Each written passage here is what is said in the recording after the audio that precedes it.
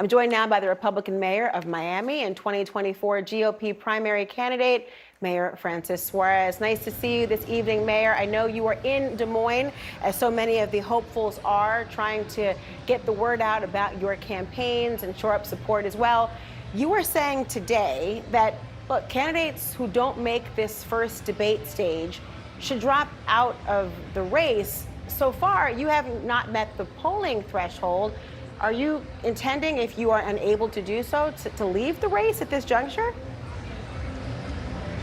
I feel very confident, Laura, that we are going to make the debate stage, that we are going to meet the polling threshold. I'm happy to be in Iowa, the first state that qualified me in terms of the poll. And what they want to hear is a plan for American prosperity and freedom, which is what I'm delivering to them. Every opportunity that I have to speak to the American people, like right now on your show, is an opportunity for me to convince them that I am the right person to lead this country, so that when they get that phone call over the next 10 days, they can vote for Francis Suarez, to give me an opportunity to continue to deliver this message nationally, to introduce myself to the country, understanding that I'm probably one of the least known of the top 9 candidates who hopefully will be on that debate stage. Let me ask you, I mean, the race is widening, as you well know.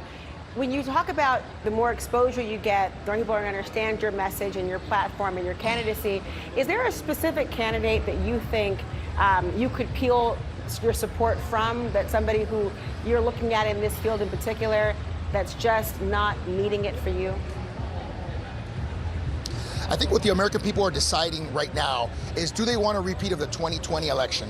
If the answer to that question is no, then you have to choose someone else on the Republican side. And the question then becomes, who gets volume, who breaks out? And I think the Republican Party, who's not the former president, is now sort of seeing a reshuffling. We're starting to see my governor lose momentum, and we're starting to see other candidates grow. And so my hope is that I can become one of those candidates, that once I'm given the opportunity on the debate stage to tell the story to the nation, that then I'll qualify for the second debate and gradually grow till I get to a point where I grow exponentially and become a real option for the American people. Mayor, there's something about Florida. There's 3 candidates, as you know, who are out of Florida hoping to be the RNC nominee.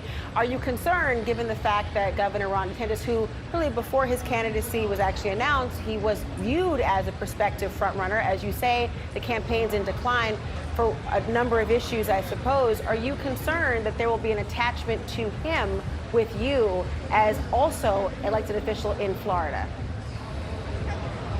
Not at all. And the reason why is because I've done radically different things. I've been the only candidate to cut a public sector budget by the same amount that we have to cut the federal budget. I'm the only candidate that's actually lowered taxes. We've lowered taxes in Miami to the lowest level in history and seen unprecedented growth. 14% last year, 12% the year before. That's 4 times what the state of Florida has grown. And we've kept our cities safe. So many cities that I visited across America as president of the U.S. Conference of Mayors in this presidential candidacy are concerned about homelessness, they're concerned about rising crime, and they're concerned about fentanyl, which is coming in through our southern border that I was at this week.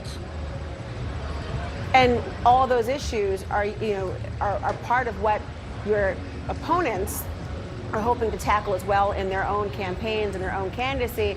I do wonder, in terms of the distinguishing features in particular, and in this notion, as you well know, this RNC pledge that is a part of being able to get on that stage is top of mind for a lot of people as a kind of loyalty test to whoever the Republican nominee will be, has become kind of a litmus test. And I'm wondering, do you intend, knowing that a few of your opponents, including DeSantis and Ramaswamy, they have signed the GOP loyalty pledge to be on the debate stage? Trump, by the way, said that he would not.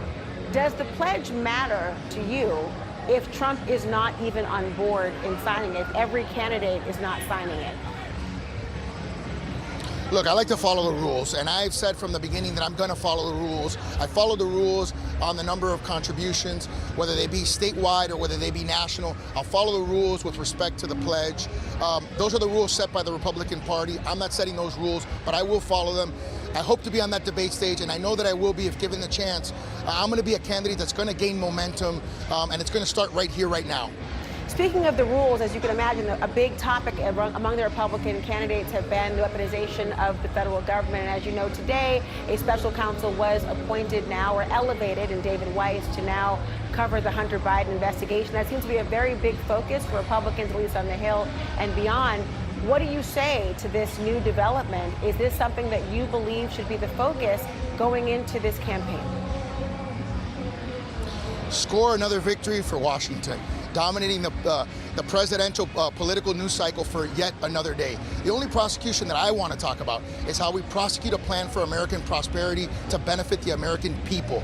That's what I've been focused on. That's what my campaign is. That's what my legacy as mayor has been, reducing taxes, having the area with the highest wage growth and lowest unemployment and highest tech job growth. As we enter into a new era in this country where tech part of the economy is going to be an increasingly part of our GDP. We need a candidate that understands that, it can pivot our country to take advantage of what I consider to be a generational tsunami of opportunity. I'm the only one that's done that in any significant ecosystem, and the only one that can do it for our country.